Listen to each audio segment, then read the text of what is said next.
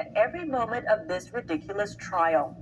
Trump also asked the judge to delay the trial by 1 day so that he could go to his mother-in-law's funeral tomorrow, but the judge denied his request. Banks to search private transactions for their January 6th probe. We have more on the accusations when we return. The banks on behalf of law enforcement. Jordan said the materials outlined so-called typologies of persons of interest. He said FinCEN told banks to look out for the terms MAGA and Trump, and also the purchase of religious texts with extremist views, including the Bible.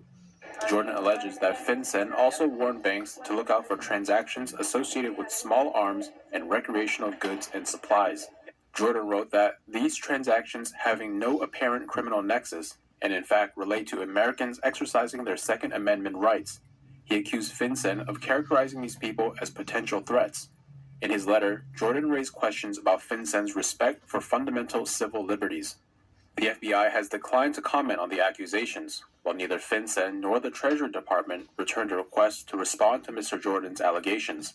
Prosecutors have charged over 1,200 people with various crimes related to January 6th. 3 years later, dozens of detainees are still in jail awaiting trial. The purpose of this hearing is to receive testimony on President Biden and Secretary Mayorkas's open border policies and how these failed policies have had a profound and devastating impact throughout our country. This is the second hearing in this committee's impeachment proceedings regarding Secretary Mayorkas. I now recognize myself for an opening statement. Last week, this committee opened impeachment proceedings against Department of Homeland Security Secretary Alejandro Mayorkas. This is not a policy difference. The truth is, Secretary Mayorkas has disregarded court orders, laws passed by the United States Congress, and has lied to the American people. Who wants a secretary that can just disregard the fundamental pillars of the Constitution? We can't tolerate that, whether they're a Republican or a Democrat. That's what we got out of our hearing last week. Today, we're here to examine the impact of those actions on the American people and launch into the substance and human cost of Secretary Mayorkas' open border policies. As a result of the reckless actions by Secretary Mayorkas, no American is safe. There is a fentanyl epidemic sweeping this nation. Roughly 150,000 Americans died from fentanyl poisoning in 21 and 22. That's more than the number of U.S. combat deaths in World War I and the Vietnam War combined. Fentanyl is ripping apart our families and destroying our communities. Over 50% of this poison is being smuggled from Mexico into Arizona before it's dispersed throughout the United States. The Grand Canyon State is on the front lines of this crisis, which is why we have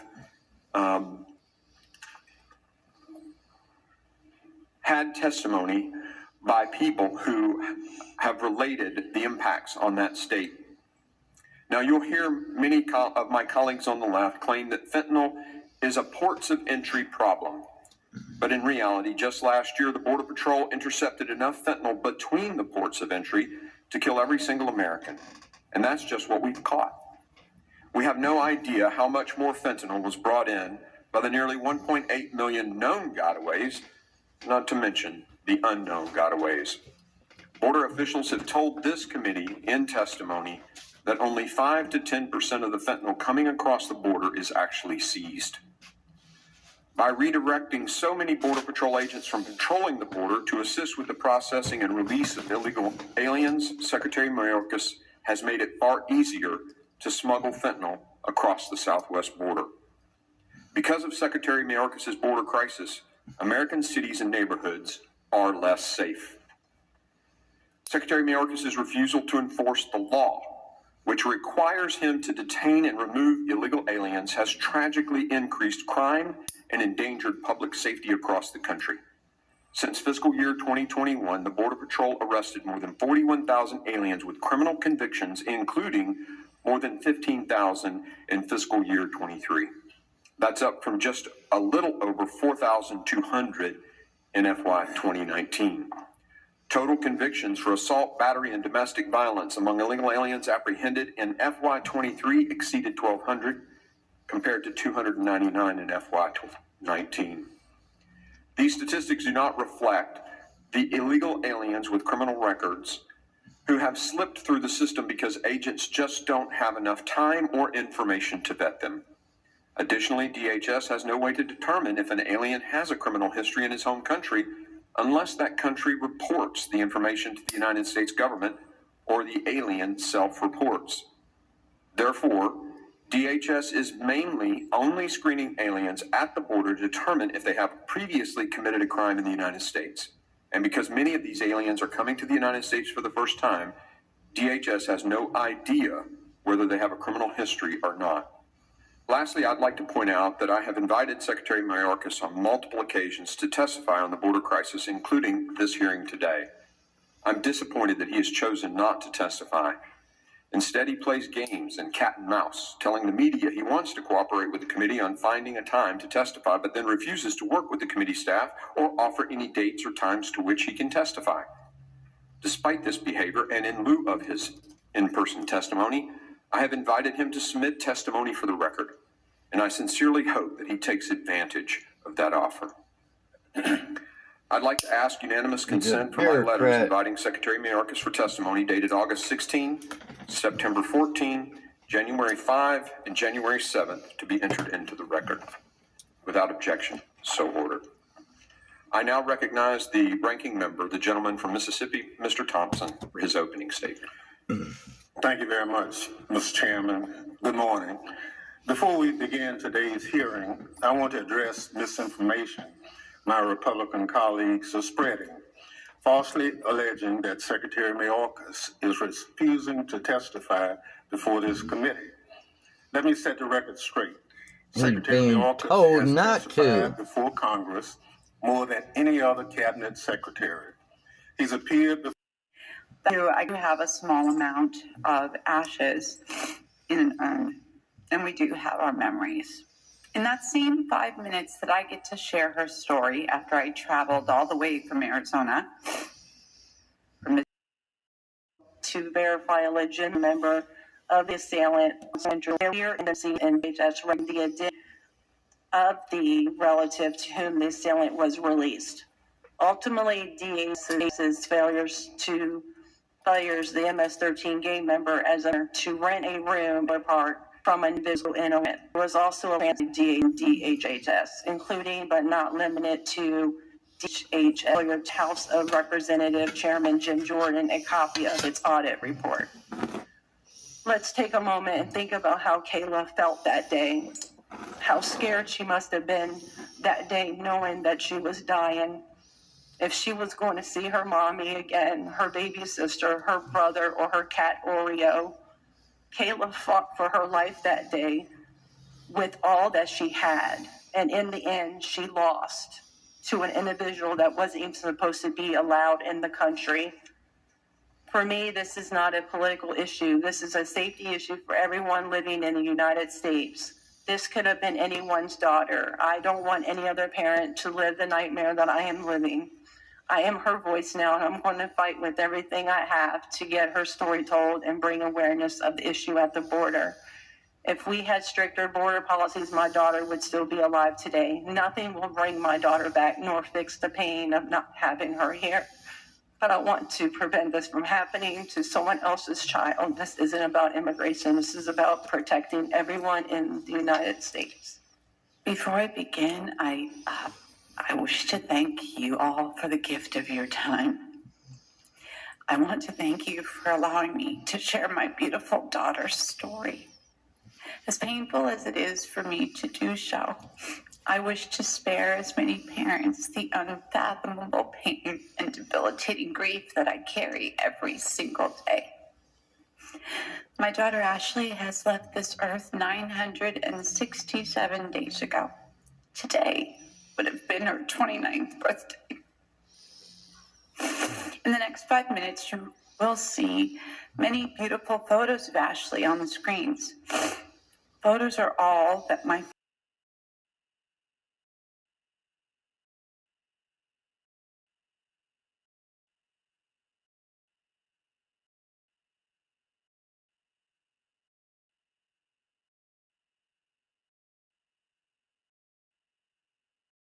2 months ago when he testified for several hours. And he about told border lies. His willingness to work with the committee has been a welcome change from the Trump administration, whose officials consistently refused to comply with congressional oversight. They ignored virtually every oversight letter and even defied a subpoena for their so-called acting secretary to appear before the committee.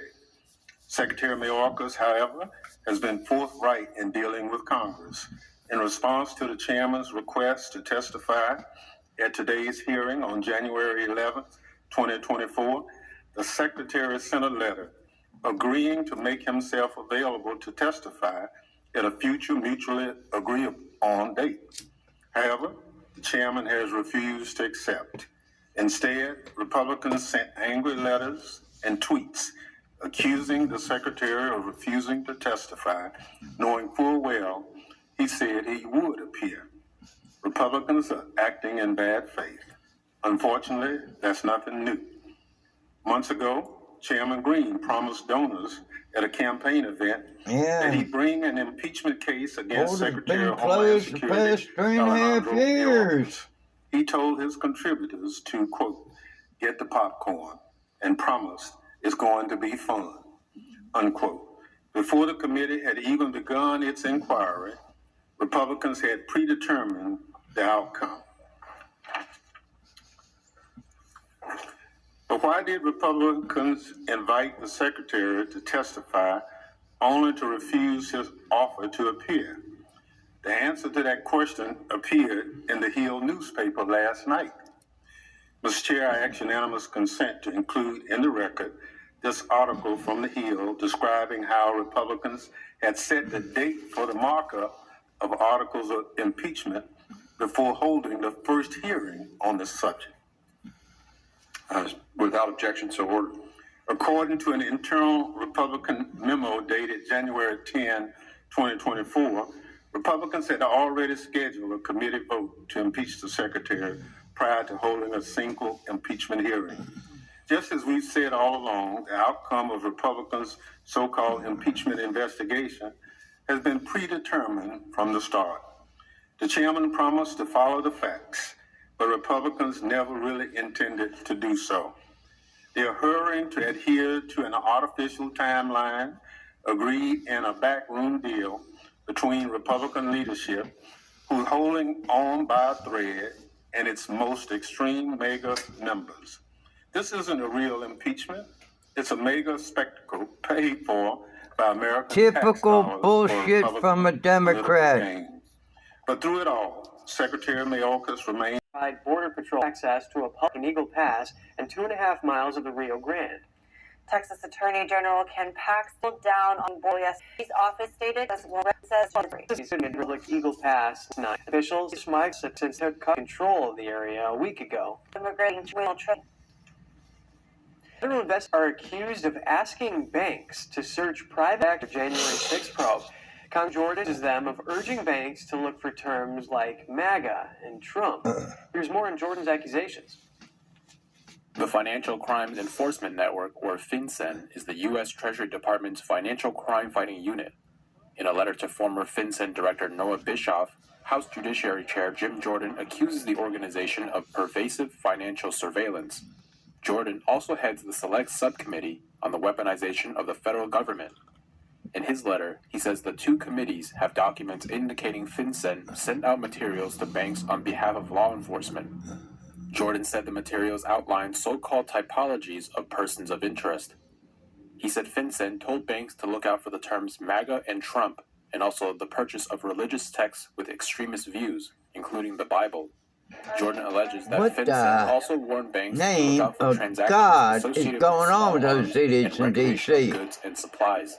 Jordan wrote that these transactions having no apparent criminal nexus and in fact relate to Americans exercising their Second Amendment rights. He accused FinCEN of characterizing these people as potential threats. In his letter, Jordan raised questions about FinCEN's respect for fundamental civil liberties. The FBI has declined to comment on the accusations. Neither Actually, FinCEN nor the Treasury Department returned a request to respond to Mr. Jordan's allegations.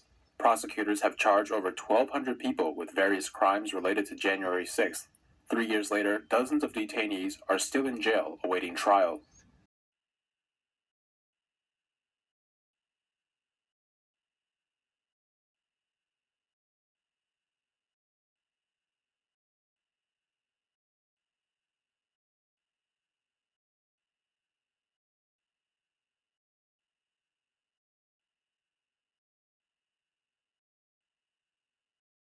By 2,700%. In total, 14 Democrats voted yes on the resolution alongside all Republicans. Some of those Democrats come from districts close to the border, such as Henry Cuellar, who's been openly talking about the immigration crisis for months now. Of the 14 Democrats voting yes, 10 don't actually represent districts in border states.